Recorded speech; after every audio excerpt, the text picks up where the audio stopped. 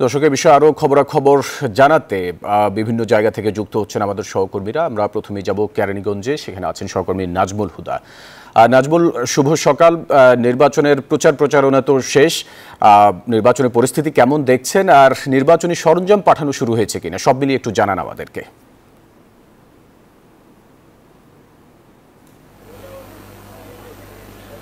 ধন্যবাদ ফয়সাল আপনাকে। আপনি যেমনটি বলছেন ঠিক রাজধানীর পাশেই কেরানীগঞ্জ উপজেলা, এবং আগামীকালকে কিন্তু যে ষষ্ঠ ধাপের যে উপজেলা নির্বাচন, সেই নির্বাচন কিন্তু অনুষ্ঠিত হবে। এর আগে কিন্তু কিছুক্ষণের মধ্যেই কিন্তু এখান থেকে যে নির্বাচনের যে মালামাল এবং যে সরঞ্জামাদি সেগুলো কিন্তু এখান থেকে বিতরণ করা হবে।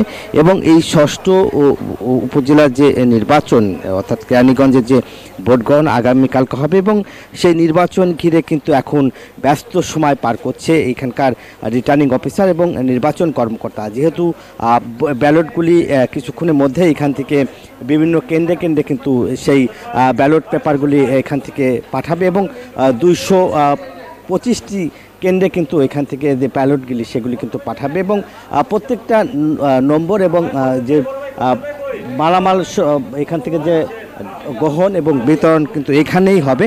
আমরা আপনাদেরকে যদি একটু দেখাই যে এখানকার যে মালামালগুলি এখন কিন্তু পুরাপুরি প্রস্তুত, সিল এবং ব্যালট পেপার সবই কিন্তু এখন প্রস্তুত, এবং কিছুক্ষণের মধ্যেই কিন্তু এখান থেকে সেই সরঞ্জামগুলি কিন্তু এখান থেকে পাঠিয়ে দিবে। এবং তার আগে আনুষ্ঠানিকতা অর্থাৎ নির্বাচনের যে প্রস্তুতির যে মালামাল সব কিন্তু এখন প্রস্তুত রাখা হয়েছে, এবং কিছুক্ষণের মধ্যেই রিটার্নিং অফিসার, জেলা প্রশাসক এবং আইন শৃঙ্খলা বাহিনীর একটি মিটিং আছে, সেই মিটিংটি শেষ করেই এবং এখানকার প্রিজাইডিং অফিসার, সহকারী প্রিজাইডিং অফিসার তাদের কাছে যে মালামালগুলো কিন্তু আসলে বুঝিয়ে দেওয়া হবে। এবং এখানকার যে সমস্ত মালামাল কিন্তু এখন আমরা যদি বলি যে এখানে কিন্তু এখন সব প্রস্তুত রাখা হয়েছে। এবং আপনার সাথে একটু কথা বলি, আপনারা কখন এই মালামালগুলি বিতরণ?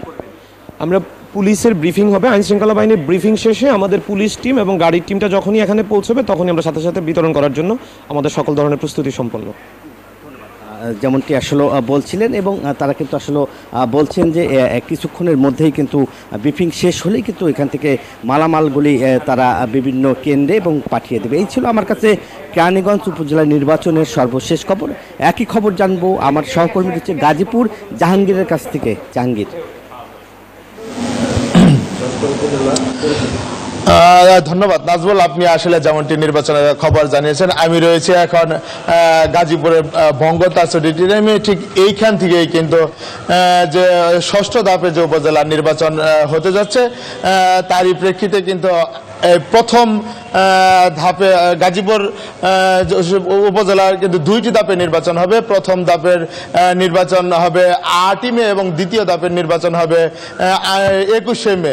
প্রথম ধাপের যে নির্বাচন 8ই মে, এই নির্বাচনের কিন্তু যে আমি যদি একটু দেখাই যে বিভিন্ন যে নির্বাচনী যে সরঞ্জামাদি রয়েছে সেই সরঞ্জামাদি বিভিন্ন কেন্দ্রে কেন্দ্রে পাঠানোর জন্য কিন্তু আসলে প্রস্তুতি নেওয়া হয়েছে। তারই ধারাবাহিকতায় এইগুলো কিন্তু সাজিয়ে রাখা হয়েছে। আইন শৃঙ্খলা বাহিনীর সাথে আমার কথা হয়েছে, তারা যেমনটি জানিয়েছেন যে তাদের যে আইন শৃঙ্খলা বাহিনীর একটা মিটিং রয়েছে, সেই মিটিং শুরু হয়েছে। সেই মিটিং শেষ হলেই তারা এই যে সরঞ্জামাদি রয়েছে সরঞ্জামাদি বিভিন্ন কেন্দ্রে কেন্দ্রে পৌঁছে দেবে। এবং গাজীপুরে যে উপজেলায় যে প্রথম ধাপে 3টি উপজেলা নির্বাচন হবে, গাজীপুর সদর উপজেলা, কালীগঞ্জ এবং কাপাসিয়া, এই 3টি উপজেলায় 258টি কেন্দ্র রয়েছে। সেই 258টি কেন্দ্রে কিন্তু এই সরঞ্জামাদি পৌঁছে দেওয়া হবে। এই সরঞ্জামাদি পৌঁছে দেওয়ার কাজ কিন্তু কিছুক্ষণ পরই কিন্তু শুরু হবে। তো এই ছিল গাজীপুরের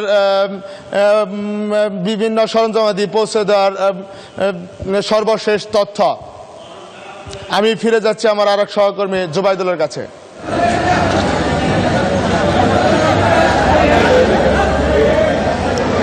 ধন্যবাদ জাহাঙ্গীর।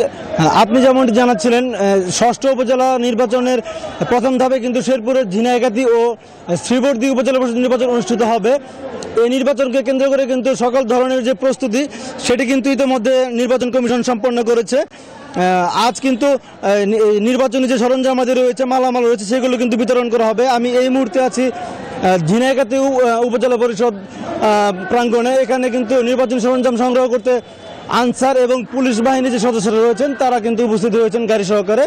আমি একটু জানিয়ে রাখতে চাই, আমাদের যে নির্বাচন কর্মকর্তা এবং রিটার্নিং অফিসার রয়েছেন মোহাম্মদ আনোয়ারুল হক, তিনি আমাদেরকে জানিয়েছেন যে নির্বাচনকে কেন্দ্র করে পর্যাপ্ত সংখ্যক আইন শৃঙ্খলা বাহিনী মোতায়েন করা হয়েছে। এছাড়া নির্বাহী ম্যাজিস্ট্রেটের যে টিম, সেই টিম কিন্তু মোতায়েন করা হয়েছে।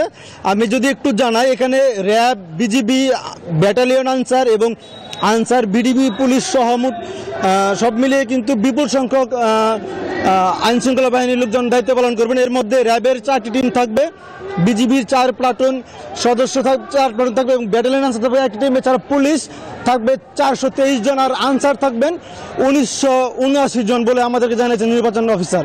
তো এই ছিল শেরপুর থেকে নির্বাচনের আমার কাছে সর্বশেষ খবর। ফিরে যাচ্ছি স্টুডিওতে ফয়সালের কাছে। ফয়সাল।